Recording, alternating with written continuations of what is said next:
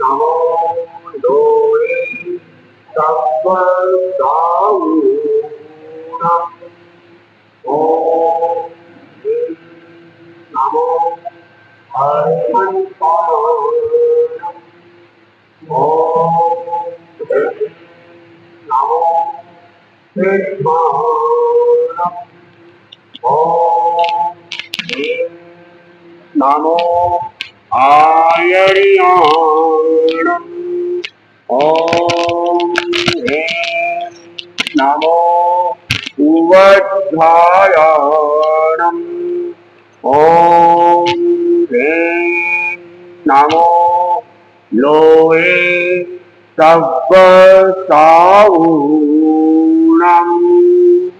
ऐसो पंच नमोकारो सर्वपावपणासनो मंगलानं च सर्वेषु परमं हवै मंगलम् परमं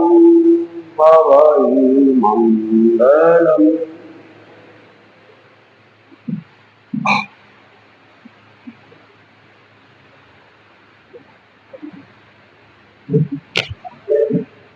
आपको माइक चालू किया था कितनी गड़बड़ करती थी।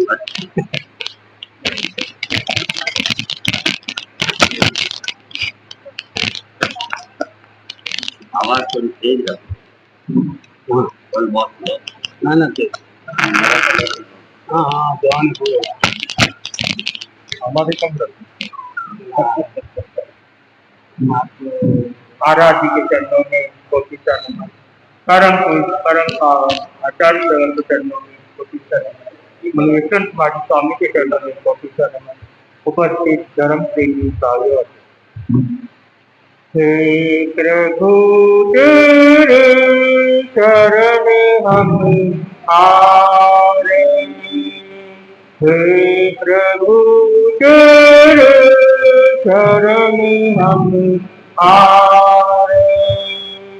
शुद्ध मन से भावनाएं भारे शुद्ध मन से भावनाएं भारे हे प्रभु तेरे शरण हम आरे हम समल तुम हो अमल कर महात्मा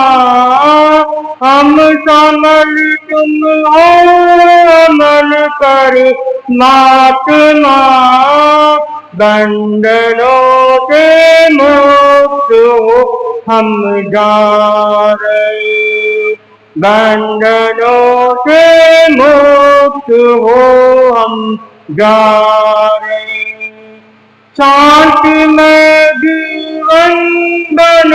सद्भावना शांति में जीवन बन सद्भावना क्रोध मत ममता कपट दिल नारे क्रोध मत ममता कपट दिल नारे सुख कराया देख ईर्षा ना करे सुख कराकार को हम गारे सतगुरु उपकार को हम गारे हम सदा समझे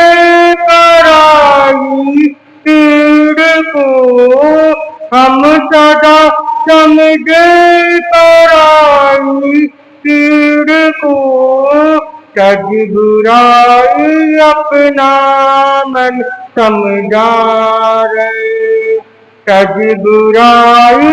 अपना मन समझा रहे आत्मविजय बन के संगे हम डरे आत्मविजय बन के संगे हम डरे, नेत्र करुणा प्रेम की गंगा गए, नेत्र करुणा प्रेम की गंगा गए। हे प्रभु तेरे शरण हम आ रहे, शुद्ध मन से भावनाएं भाए, शुद्ध मन से भावनाएं भाए। हे प्रभु तेरी शरण हम आ रहे, हे प्रभु तेरी शरण हम आ रहे।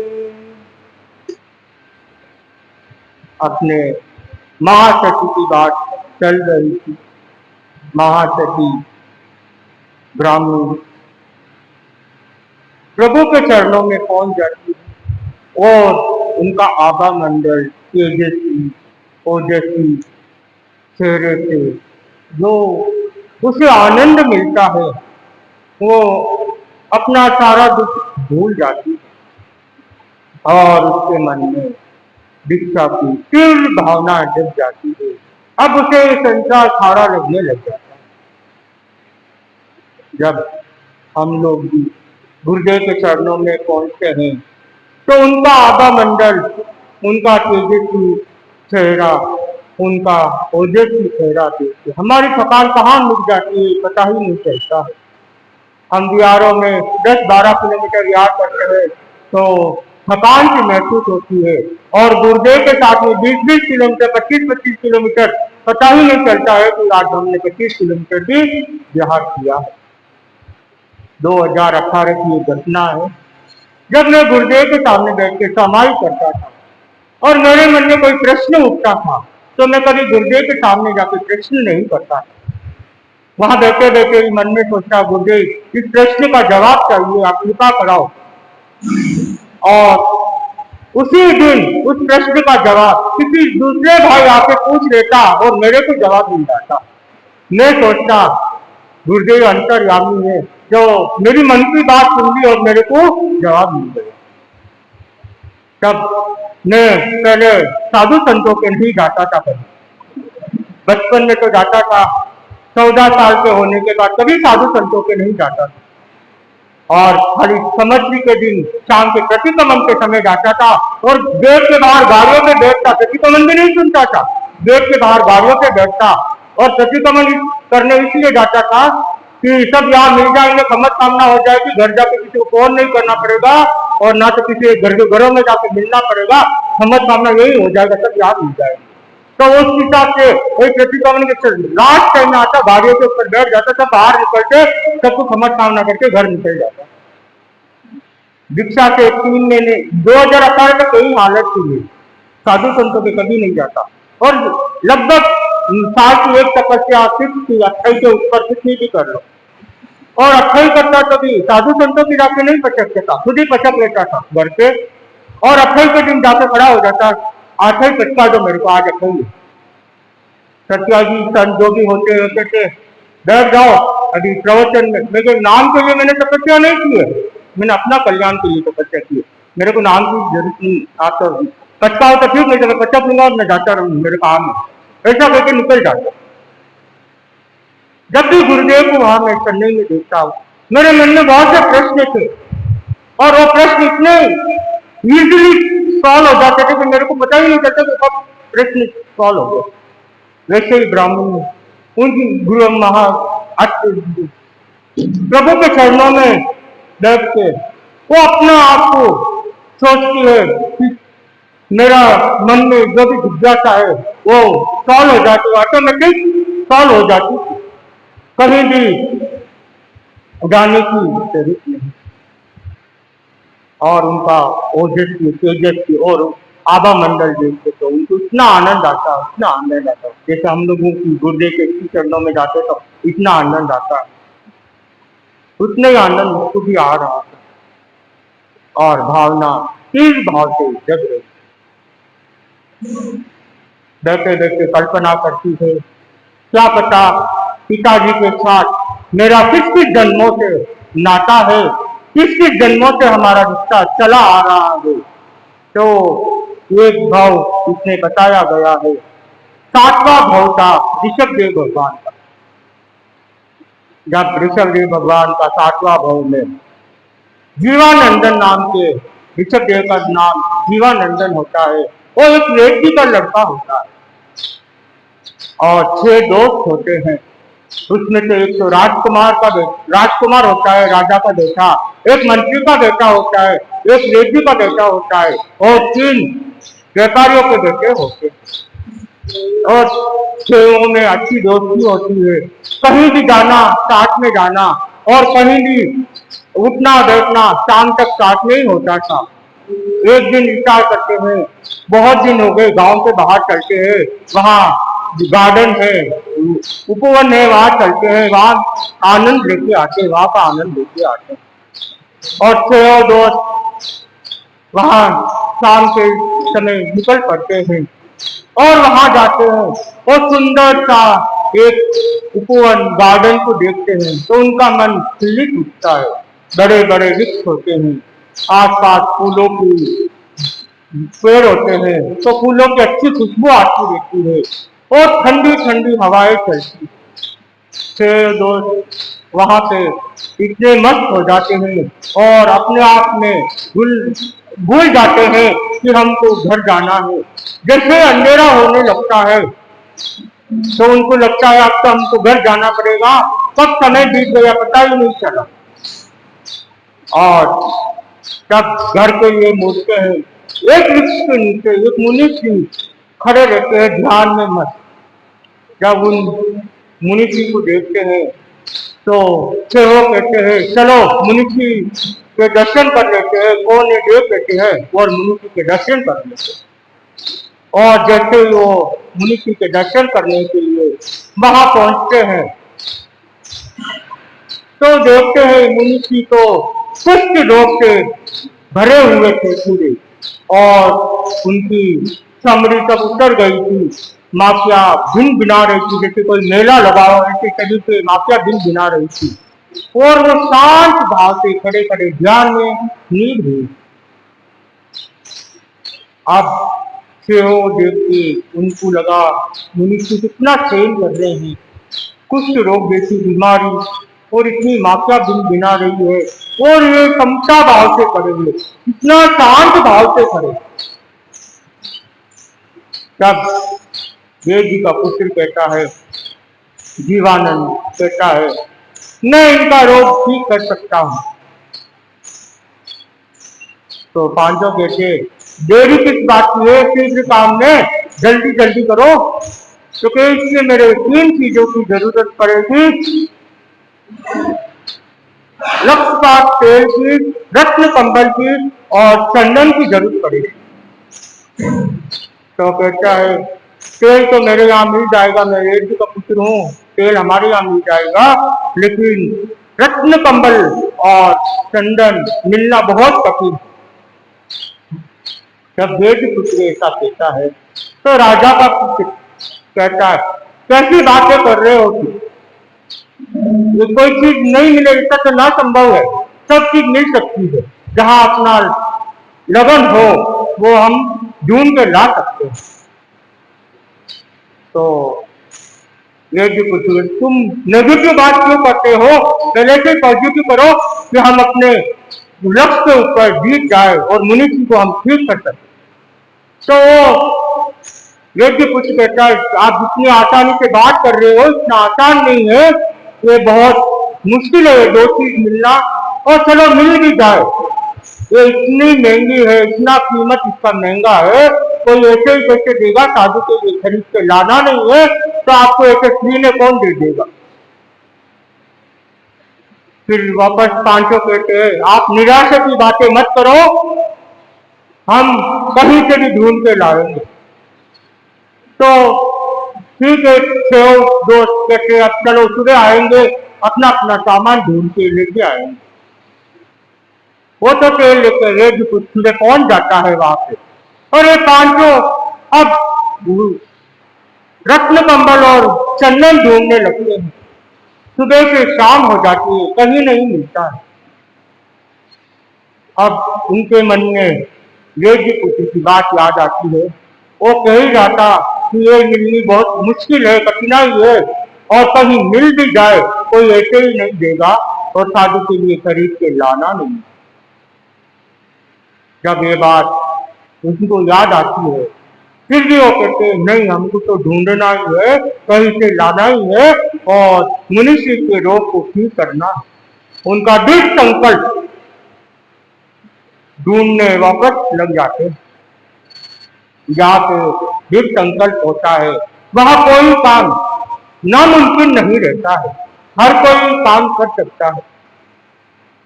मेरी ये घटना में और एक सुना देता हूँ।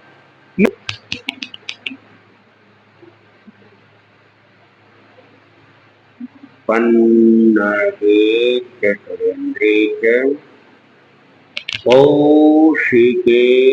पाद संस्कृति निर्विशेष मनस्काय श्री स्वामी नमः। गीतराग पुरुष भगवान महावीर को सबकी वंदना। गीतराग का महान साधक महातपस्वी युग प्रधान आचार्य श्री महासनंद जी को सबकी वंदना। मुनि मोक्ष कुमार जी उपस्थित श्रावक कार्यक्रम। अहो प्रभु तुम शिव पंचना, अहो प्रभु तुम शिव पंचना, अहो प्रभु अजित करो जानो ज्ञान आवेश हो, अहो प्रभु अतरण सर्व तुझी सर्व नैतण सकल कलेश हो, अहो प्रभु तुम्हारी दाय शिव पंचना, अहो प्रभु उपकमर हरि आपरि वाणी तरस विशाल हो, अहो प्रभु मूर्ति मनोहर सुनाते ब्रह्मचान हो, अहो प्रभु तुम्हारी दाय, अहो प्रभु उभय मन आप आज्ञा जागर सभी करारो, अहो प्रभु हे तुए नारायण गोदना राजा मूरत मारो, अहो प्रभु तुम्हारी दाय शिव पंचना, अहो प्रभु रामलीला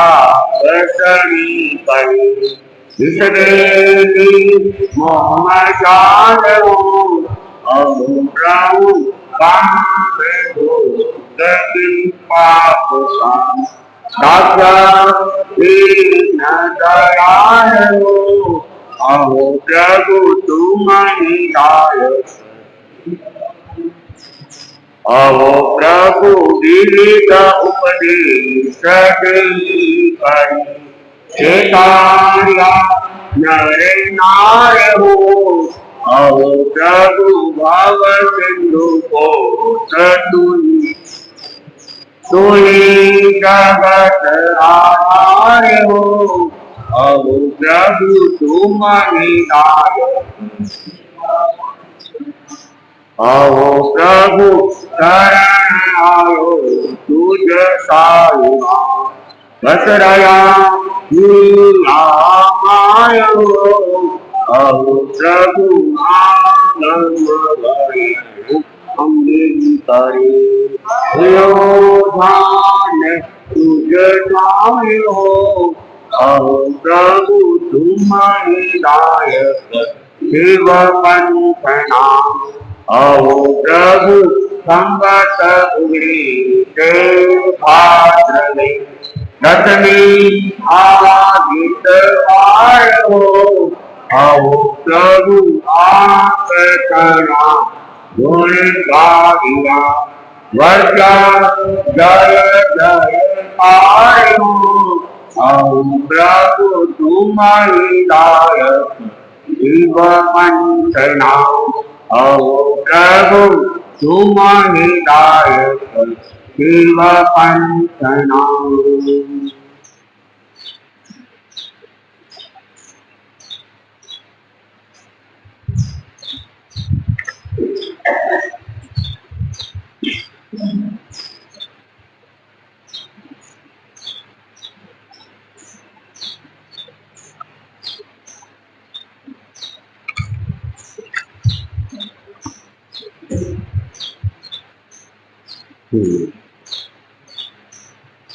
गाथा धर्म कथा का पहला अध्याय। तय नम के केंद्राया अपनो अदूर सामंते उत्तर पुरत्थी में विधि भाए अथ वद्दा सनाई जय वत्थ पचुथुलाई सिद्धत्थय मंगलोवयार कय संति कम्माई रया रई रया व्यक्ता नानामणि रतन मंडियम अय्यपेक्षानिचर्वं महद्वर पट्टनुदयम सन्नः बहुगतिशय चित्तथानम इयामीय उषव सूर्य नर मगर विहक बालक किन्नर रूरु सरप चमर कुंजर मणलय पौमलय भक्ति चित्तम सुखतीयवर कणग पवर केरंत केशरागम अभ्यतरियम जवनियन अच्छा व्यक्ता अर्थरग मौव मसुरग उत्थयम धवलवत्थ पत्तुत्सुयम विचित्त अंग सुवभाष्यम सुम धारिणी देवीये पद्मासनम रया व्यक्ता उन्दुभ्य पुरुषे सद्दा एवं वयाति शिक्षामेव भो देवानुक्रिया अत्थद महानिमित्त सुतत्स पारे विविहतस् उतले तुमिये पारे सद्दा व्यक्ता ऐ मात वित्यम शिक्षामेव पश्चापीय नः। राजा श्रेणी व्यायामशाला से स्नान इत्यादि करके वह अपने घर आता है और राजा श्रेणी ने अपने से न अति दूर न अति निकट ईशान कोण में 8 वज्रासन स्थापित करवाए। उन पर श्वेत वस्त्र बिछे हुए थे। सरसों डालकर मंगल उपचार और शांति कर्म किए गए। उस उप स्थानशाला में नाना मणि रत्नों से मंडित अति प्रेक्षणीय रूप वाली बहुमूल्य प्रवर पत्तन में ढकी हुई चित्रे सैकड़ों घाटों से चित्रित भेड़िया बैल घोड़ा मनुष्य मगरमच्छ पक्षी सर्प किन्नर मृग अष्टापट चमरी गाय हाथी अशोकलता पद्मलता आदि की भातों से चित्रित किनारों पर शुद्ध सोने के तारों की कड़ाई से युक्त भीतरी यवनिका लगवाई। यवनिका लगाकर धारिणी देवी के लिए एक भद्रासन स्थापित करवाया जो बिछोने और कोमल उपदानों से युक्त था, जिस पर धवल वस्त्र बिछे हुए थे जो शरीर के लिए विशिष्ट सुखद स्पर्श वाला और अति सुकोमल था। भद्रासन स्थापित करवाकर कौटुंबिक पुरुषों को बुलाकर इस प्रकार कहा, हे देवानुप्रिय, अष्टांग महानिमित्त के सूत्र और अर्थ के पाठक विविध शास्त्रों में कुशल स्वप्न पाठकों को शीघ्र बुलाकर इस आज्ञा को शीघ्र ही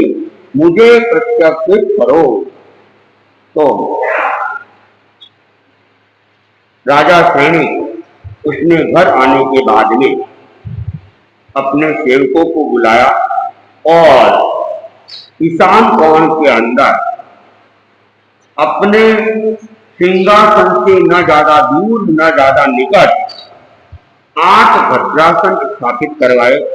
और जिसके ऊपर सफेद वस्त्र थे और उनमें अनेक प्रकार के मणि रत्नों के मंडित बहुमूल्य पत्तन से ढकी हुई इतने सैकड़े चित्रित किए हुए थे और अनेक प्रकार के चित्र भी थे। भेड़ों के भी थे, बैलों के भी थे, घोड़ों के भी थे, किन्नरों के भी थे, मनुष्य के भी थे। और उसके बाद में एक यवनिका लगाई, पर्दा लगा दिया गया और वह पर्दा भी विशेष प्रकार से तैयार किया हुआ था और उस पर्दे के पीछे फिर एक भद्रासन लगाया गया और वहां पे धारिणी देवी को स्थापित किया गया। और उसके बाद राजा श्रेणिक अपने कौटुंबिक पुरुषों को बुलाते हैं और उन कौटुंबिक पुरुषों को आदेश देते हैं कि तुम लोग जाओ और अष्टांग निर्मित के जो जानकार है उनको यहाँ पर बुलाओ और मेरी इस आज्ञा को शीघ्र पूरा करो और पुनः मुझे बताओ कि ये आज्ञा की पालना की गई है। तैणम से कौदुंबिय पुरुषा श्रेणी रन्ना एवं मुक्ता समाना हस्तुत्त चित्त मानंदिया जाओ हरिशवत विसप्त मान हुआ करयल परिगय्यम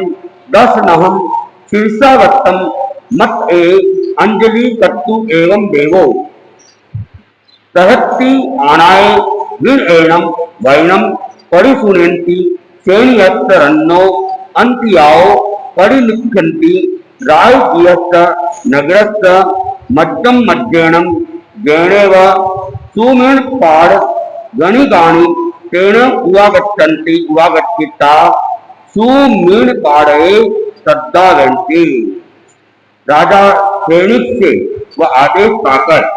हृष्ट तुष्ट चित्त वाले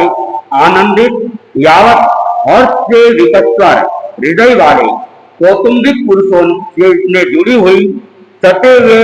10 नख वाली दोनों हथेलियों की निष्पन्न संपूर्ण आकार वाली अंजलि को सिर के सम्मुख घुमाकर मस्तक पर टिकाकर जैसी आपकी आज्ञा यह कहकर विनय पूर्वक आदेश वचन को स्वीकार किया। राजा सैनिक के पास से बाहर आए, राजगिरी नगर के बीचों बीच होकर जहाँ स्वप्न पाठकों के घर थे वहां आए, वहां आकर स्वप्न पाठकों को निमंत्रित किया। अब राजा सैनिक ने कौटुंबिक जनों को जब आदेश दिया तो वे बड़े ही हृष्ट पुष्ट मन वाले आनंदित होकर हर्षित होकर उन्होंने क्या किया, दोनों हाथों को जोड़ दिया और दोनों अंजलियों को मिलाया और फिर सम्राट श्रेणी को उन्होंने नमस्कार किया और उनकी आज्ञा को विनय पूर्वक स्वीकार किया। और स्वीकार करने के बाद में वे महल से बाहर आते हैं और राजगिरी नगरी के बीचों बीच में जहाँ स्वप्न पाठकों के घर थे वहां पे आए और स्वप्न पाठकों को निमंत्रित किया। तैणम ते सुमीर पाड़गा सैन्यरन्नो कौडुंबिय पुरुष से सत्ताविया समाना हस्तुत्त चित्त मानंदिया जाओ हरिशवत विसप्प मान हुआ नाया कई बलिकम्मा कई कोलिय मंगल पायचित्ता अप महद्गा वर्णा लंकीय शरीरा हरियालीय सिद्धक्षय कई मुक्ताना सई एहिन जयेहिन जयेहिन तो परिमुक्तमंती परिमुक्तमित्ता राय दियस्त नगरस्त मध्यम मध्येनम जैनम तेणीयस्त भवन वंदेश गडुवारे तेनम उवागच्छन्ति उवागच्छिता एक यौ नीलंति मिलिता तेण्यस्त रन्नु भवन वंदेश वधुवारेणम अनुपविशन्ति अनुपविशिता जेनेव बाहिरिया उवत्त्राणशाला जैनम श्रेणीराया श्रेणे उवागच्छन्ति उवागच्छिता श्रेणीयं रायं जैनम वित्एणं वद्दावन्ति श्रेणीयणं रन्ना अच्छीय वंदीय पूज्य मान्य सत्कार्य सम्मानीय समाना पत्तेय पत्तेयम ओन्नत्तेषु वद्दासनेषु नीतियन्ते। राजा सैनिक के कौटुंबिक पुरुषों द्वारा निमंत्रित किए जाने पर हृष्ट तुष्ट चित्त वाले आनंदित यावत हर्ष से विकस्वर हृदय वाले स्वप्न पाठकों ने स्नान बलिकर्म कौटुक मंगल रूप प्रायश्चित किया, अल्प भार और बहुमूल्य आभरणों से शरीर को अलंकृत किया, मस्तक पर धूप और श्वेत तलसक रख वे अपने अपने घरों से निकलकर राजगृह नगर के बीचों बीच जहाँ सैनिक के भवन का मुख्य द्वार था वहां आए, आकर परस्पर मिले, मिलकर राजा सैनिक के भवन के मुख्य द्वार में प्रवेश किया। प्रवेश कर जहाँ बाहरी सभा मंडप था जहाँ राजा सैनिक था वहां आए, वहां आकर राजा सैनिक का जय विजय की ध्वनि से वर्धापन किया। राजा सैनिक द्वारा अर्पित वंदित पूजित मानित सत्कारित और सम्मानित होकर अपने अपने को स्थापित भद्रासनों पर बैठ गए। अब राजा सैनिक के जो कौटुंबिक जन थे उनके निमंत्रण को स्वीकार करके स्वप्न पाठक उन्होंने स्नान आदि करके तैयार हुए और बहुमूल्य आभूषणों को उन्होंने धारण किया और उसके बाद में जहां राजा सैनिक का महल था वे वहां पे आते हैं और जहां बाहर का सभा मंडप था जहां पे सम्राट सैनिक वहां पे उपस्थित था वहां पे आके उनको फिर उनका वो क्या करते हैं, पहले तो जय विजय करते हैं, वर्धापना करते हैं, उनको नमस्कार और सम्मान देते हैं। इस प्रकार करके जहाँ पे उनके निर्धारित स्थान थे उन स्थानों पर उन भद्रासनों पर वे बैठ जाते हैं। शयनम से शयनी राया जवनीयम तर्यम धारिणम देवी थवेई थवेत्ता पुप्प फल परिपूर्ण हस्ते परेण विन एनम ते सुनील पादे एवं बयासी एवं खलु देवानुप्रिया धारिणी देवी अद्यतंती तारिष्यगंसी स्वयं जाओ महाकुंडम काशिता नम परिबुद्धा तम एयस्य नम देवानुप्रिया पूरालस्य जाओ सरिस्तरियस्य महाकुंडस्य के मन्ने कल्याणे फल व्यक्ति वित्ते भविष्यति। राजा सैनिक ने धारिणी देवी को यवनिका के भीतर बिठाकर फूलों और फलों से भरे हुए हाथों वाले राजा सैनिक ने परम विनय पूर्वक उन स्वप्न पाठकों से इस प्रकार कहा, देवानुप्रिय आज धारिणी देवी अपने उस विशिष्ट सैन्य पर सोई हुई थी, यावत वह हाथी के महास्वप्न को देखकर जागृत हो गई। अतः हे देवानुप्रिय इस उदार यावत श्री संपन्न महास्वप्न का क्या कल्याणकारी विशिष्ट फल होगा। तो स्वप्न पाठकों के वज्रासन पर बैठने के बाद राजा सैनिक ने धारिणी देवी को जो यवनिका के भीतर में उसको बिठाया गया और उसको बिठाने के बाद अपने हाथों के अंदर फूलों को और फलों को लेते हैं और फिर विनय पूर्वक उन स्वप्न पाठकों को कहते हैं कि धारिणी देवी ने अपनी विशिष्ट सैनिका के ऊपर उसने एक महान स्वप्न को देखा है, अपने मुख के अंदर हाथी को प्रवेश करते हुए देखा है। उस महान स्वप्न का क्या फल होगा, क्या वह कल्याणकारी और विशिष्ट होगा, ये आप हमें बताने का प्रयत्न करें। तो स्वप्न पाठकों के सामने राजा ने प्रश्न रखा है। अब स्वप्न पाठक जो अनेक थे, अनेक निमित्तज्ञ थे, वे स्वप्न को सुनने के बाद में ये क्या करते हैं, क्या चिंतन मनन होता है और उसका क्या फल बताते हैं, इसका वर्णन हम आगे सुनेंगे।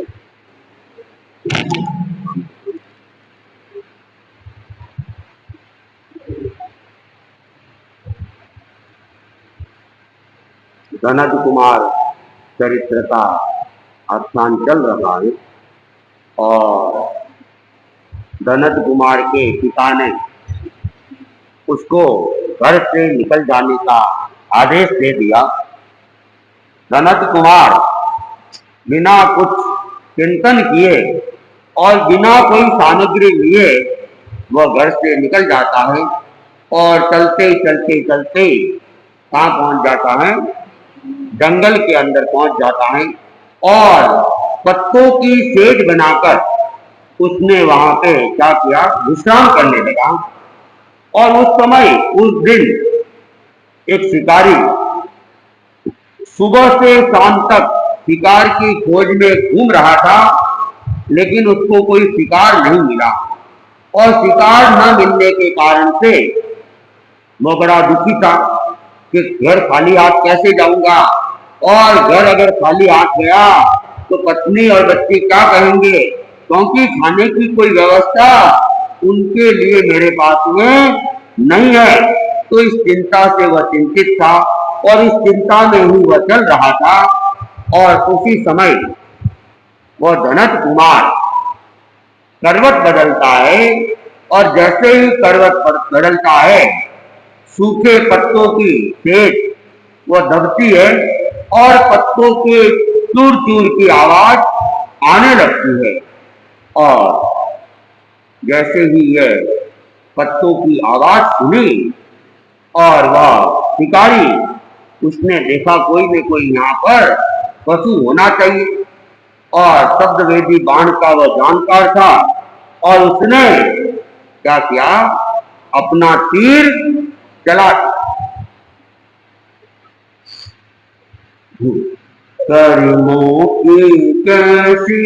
माया है, कर्मों की कैसी माया है, वह धनज कैर में लग जाता, वह धनज कैर में लग जाता, चल शीघ्र शिकारी फिर आता, चल शीघ्र शिकारी फिर आता, मन में भारी पछताया है, मन में भारी पछताया है, कर्मों की कैसी माया है, कर्मों की कैसी माया है। अनजान यह हो गया पाप, अनजान यह हो गया पाप, भाई तुम मुझको करो माफ, भाई तुम मुझको करो माफ, चरणों में शीश झुकाया रे, चरणों में शीश झुकाया रे, कर्मों की कैसी माया है, कर्मों की कैसी माया है, जिससे कुछ शांति मिले मुझे को, जिससे कुछ शांति मिले मुझे को, वह काम बता दो तुम मुझे को, वह काम बता दो तुम मुझे को, करने का दिल चढ़ पाया है, करने का दिल चढ़ पाया है, कर्मों की कैसी माया है, कर्मों की कैसी माया है, नर कौन समझने पाया है, नर कौन समझने पाया है, कर्मों की कैसी माया है, कर्मों की कैसी माया है। तो वह जैसे ही शिकारी पत्तों की आवाज को सुन के तीर छोड़ता है और वह तीर सीधा जाके धनद के पैर में लग जाता और धनद के पैर में लगा और धनद के मुख से एक जोरदार चित्कार निकलती है, आवाज निकलती है। और जैसे ही वह धनद की आवाज सुनी और शिकारी एकदम आश्चर्य में पड़े, अरे ये क्या, अरे मैंने तो किसी पशु को बाण चलाया था, लेकिन ये बाण तो मनुष्य को लग गया, ये आवाज तो मनुष्य की लग रही है। और वह शीघ्र ही उस आवाज की दिशा में, जिस दिशा में उसने तीर छोड़ा था, उस दिशा के अंदर आता है और आने के बाद वो नजदीक आता है, तब उसे हल्के हल्के चांदनी के अंदर मनुष्य दिखाई देता है और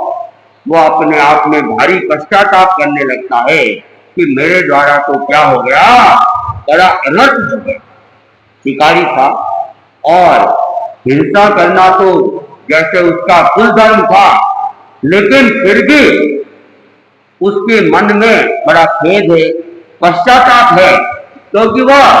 पशुओं का ही शिकार करता था, मनुष्य का शिकार हो गया तो उसे लगा कि मैंने बहुत भारी गलती की। पशुओं के शिकार करते हुए तो उसे पश्चाताप नहीं होता था और वह उसे अपनी भूल भी नहीं मानता था, वो उसे अपनी हिंसा भी नहीं मानता था, लेकिन मनुष्य के सिर लग गया तो उसको बड़ा दुख होने लगा, खेद होने लगा और पश्चाताप करने लग गया कि मैंने आज भारी पाप कर लिया, बड़ा अनर्थ कर लिया। और वह धनद कुमार को कहता है कि मेरे से ये पाप अनजाने में हुआ है और तुम मुझे क्या कर लो, माफ कर लो। मैंने तो यहाँ पर यही समझा था कि कोई पशु होगा और पशु समझकर मैंने शब्द वैधे बाण का प्रयोग कर लिया था, मुझे जानकारी में नहीं था कि यहाँ पर कोई मनुष्य है। और वह बार बार गिर गिराने लगता है, पैरों में पड़ता है, शीश झुकाता है और कहता है कि आप मुझे मेरी इस अनजाने में हुई भूल के लिए माफ करो और ऐसा कोई काम बताओ जिससे मेरा ये पश्चाताप हो जाए, प्रायश्चित हो जाए और मेरे मन को शांति मिले। ऐसा कोई आप मुझे काम बता दो। अगर आप मुझे ये नहीं बताओगे और आप मुझे माफ नहीं करोगे तो फिर मुझे हमेशा दुख रहेगा और एक चिंता बनी रहेगी कि मेरे द्वारा एक मनुष्य को तीर लग गया है। इसलिए आप कृपा करो, मेरे पर दया करो और करुणा करके मुझे कोई ऐसा काम बता दो जिससे मेरा प्रायश्चित हो जाए। और मैंने मन में ये दृढ़ संकल्प कर लिया है कि आप जो कुछ भी मुझे बताओगे मैं उस काम को पूरा करने का पूरा प्रयत्न करूंगा। तो धनद कुमार को जब बार बार रिक्वेस्ट की गई तो धनद कुमार, जो कि एक धार्मिक व्यक्ति था और संस्कारी व्यक्ति था, दयालु व्यक्ति था,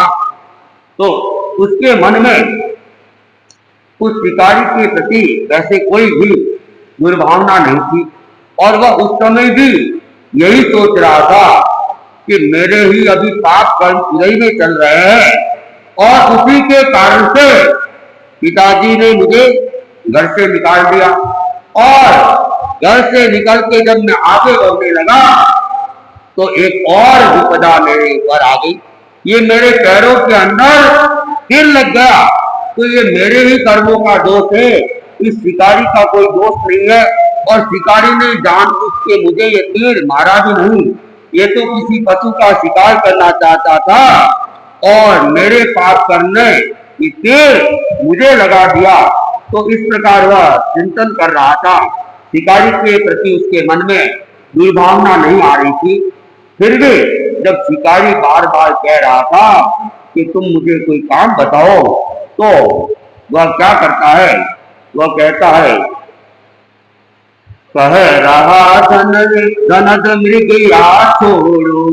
कह रहा धनद मृग या छोड़ो, तुम दया धर्म से दिल जोड़ो, तुम दया धर्म से दिल जोड़ो, यह शांति मंत्र बतलाया है, यह शांति मंत्र बतलाया है, कर्मों की कैसी माया है, कर्मों की कैसी माया है, सुन हृदय शिकारी का बदला, सुन हृदय शिकारी का बदला, कितना है कितना है इसका दिल उजला, कितना है इसका दिल उजला, प्रणधारा वचन निभाया है, प्रणधारा वचन निभाया है, कर्मों की कैसी माया है, कर्मों की कैसी माया है। फिर पग से बाण निकाल गया, फिर पग से बाण निकाल गया, वह पड़ा वहाँ बेहाल हुआ, वह पड़ा वहाँ बेहाल हुआ,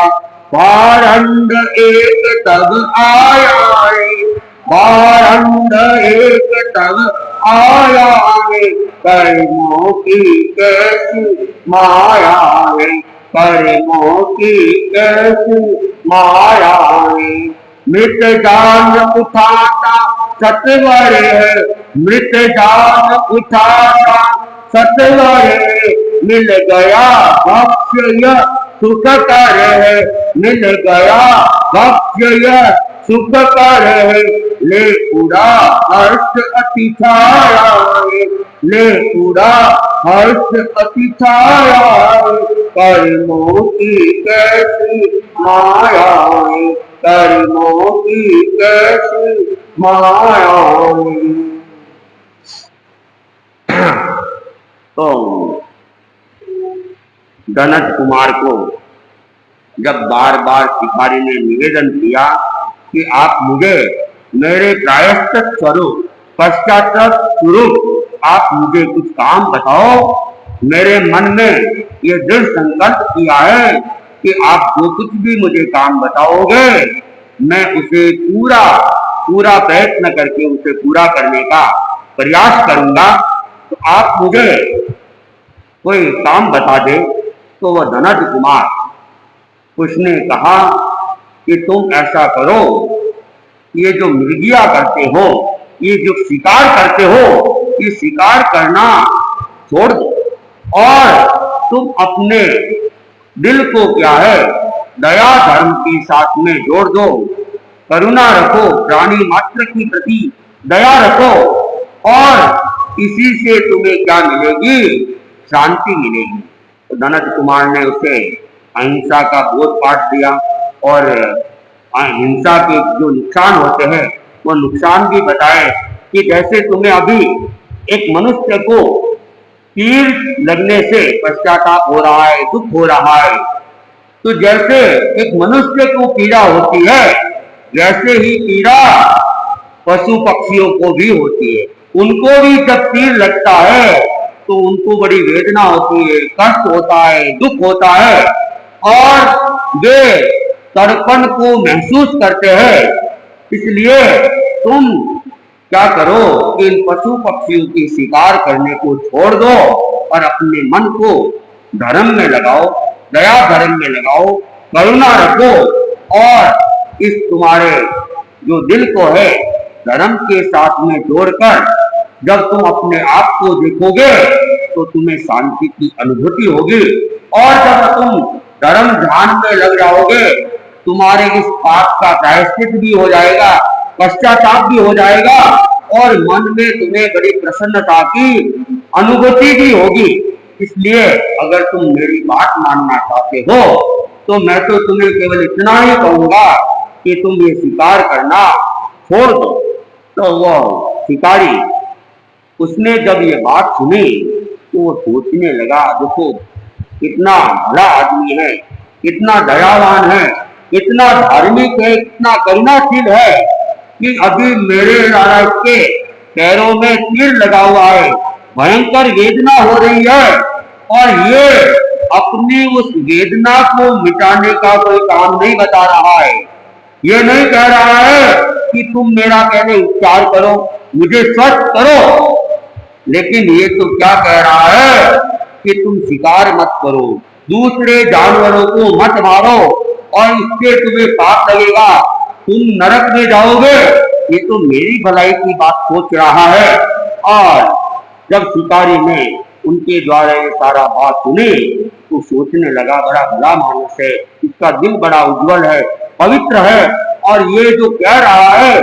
मुझे वो काम करना चाहिए। और फिर मैंने तो प्रण स्वीकार किया है, दिल में दृढ़ निश्चय किया है कि जो कोई भी काम देगा मैं उसे करूंगा। मैंने तो सोचा था कि ये मुझे कहेगा मुझे कहीं इलाज के लिए ले जाओ, वैद्य के पास ले जाओ, या कोई जड़ी बूटी लाके लगाओ, मेरा ये तीर निकालो और मुझे इस वेदना से मुक्त करो। लेकिन इसने अपनी वेदना के बारे में तो कुछ बताया नहीं, और ये तो मेरे कल्याण की बात कर रहा है और मुझे दुर्गति से बचाने का प्रयत्न कर रहा है। तो हालांकि ये शिकार तो मेरा धंधा है और मेरा व्यापार है, इसी से मेरी आजीविका चलती है। अगर शिकार करना मैं छोड़ दूंगा तो फिर मेरे लिए एक नई समस्या पैदा हो जाएगी, मुझे क्या करना होगा, और मेरे पास कोई धन तो है नहीं। जब तक मेरा कोई नया काम चालू नहीं होगा मेरी आजीविका कैसे चलेगी, मेरा घर कैसे चलेगा, और मैं अपनी पत्नी और बच्चों को कैसे भोजन करवा पाऊंगा। लेकिन फिर भी जो कुछ भी है इन्होंने मुझे एक काम बताया है तो मुझे करना है, चाहे मुझे नया काम मिले ना मिले, लेकिन मुझे इस आदमी की भावना को पूरा करना है और इससे मेरी आत्मा का क्या होगा, कल्याण होगा। ये वह चिंतन कर लेता है। और चिंतन करने के बाद लनत कुमार ने तो उसको नहीं कहा कि तुम भले मानस इस तीर को तो निकालो, लनत ने नहीं कहा, लेकिन वह शिकारी वो जानता था ये तीर जब तक रहेगा, दर्द ज्यादा रहेगा, तो मुझे इस तीर को निकाल लेना चाहिए। तो उस शिकारी ने उस कैर को पकड़ा और दूसरे हाथ से तीर को जोर से खींच के निकाल देता है। और तीर निकलता तो है, और तीर निकलता है और उसके साथ ही क्या होता है, रक्त का फुवारा छूट जाता है, खून का बहाव चालू हो जाता है। और शिकारी के पास अभी रात का समय था, कोई उपचार भी नहीं था, और वह क्या करता, उसने उस धनत कुमार से माफी मांगी कि मैंने तीर को निकाल दिया है लेकिन खून बहुत बह रहा है, अब आपका क्या होगा मुझे पता नहीं, लेकिन अभी मैं और कुछ करने में भी समर्थ नहीं हूँ, इसलिए आप मुझे माफ करना। और इस प्रकार कह के वो माफी मांग के वह शिकारी तो वहां से चला जाता है। और उस समय क्या है, रक्त और मांस की गंध के कारण से वहां पे एक भारंड पक्षी आ जाता है। भारंड पक्षी बहुत बड़ा पक्षी होता है और अधिकतर तो ये अढ़ाई द्वीप के बाहर तो बहुत मात्रा में पाए जाते हैं। अपने इस लोक के अंदर कहीं कहीं जहाँ विशाल जंगल वगैरह होते हैं वहां पे ये हो सकते हैं। तो वो भारंड पक्षी कहते हैं कि दो मुंह वाले होते हैं, पेट तो एक ही होता है लेकिन उनके मुंह दो होता है। और साधुओं के लिए कहा गया है कि भारंड पक्षी की तरह अप्रमत्त रहना चाहिए, जागरूक रहना चाहिए। भारंड पक्षी बड़ा जागरूक होता है और वो हमेशा उनको भय भी रहता है कि कोई मुझे मार नहीं दे, कोई मुझे पकड़ नहीं ले, तो वो हर समय जागरूक रहता है। और दो मुंह होते हैं तो कहते हैं एक मुंह से एक बार जब नींद रहता है तो दूसरा जागृत रहता है, और दूसरे से जब नींद रहता है तो पहले वाला जागृत रहता है। तो इस प्रकार ये भारंड पक्षी वह आता है और उसको जब खून की और मांस की गंध आती है तो उस दिशा में पहुंच के वह उस धनत कुमार उसको वो क्या करता है, अपनी गिरफ्त में ले लेता है और वह भी सुख की अनुभूति करता है कि आज अच्छा शिकार हमें मिल गया है और वह खुश होके उस धनत कुमार को उठा के उड़ के चला जाता है। जहाँ वह अपना स्थान होता है वहां से वह धनत कुमार को लेके आगे बढ़ता है। अब वह धनत कुमार को लेके जाता है और धनत कुमार के साथ भारत पक्षी क्या व्यवहार करता है, कैसे क्या घटना धनत कुमार के साथ में घटित होगी, इसका वर्णन हम आगे सुनेंगे। और उपवास की बारी सुनाने से पहले एक तो आज का एक दिवसीय त्याग, आज समण खाने का त्याग है। और उपवास लेने पीने के प्रत्याख्यान वाले पहले उपवास लेने पीने का खड़े खड़े प्रत्याख्यान कर ले। कोई है उपवास के?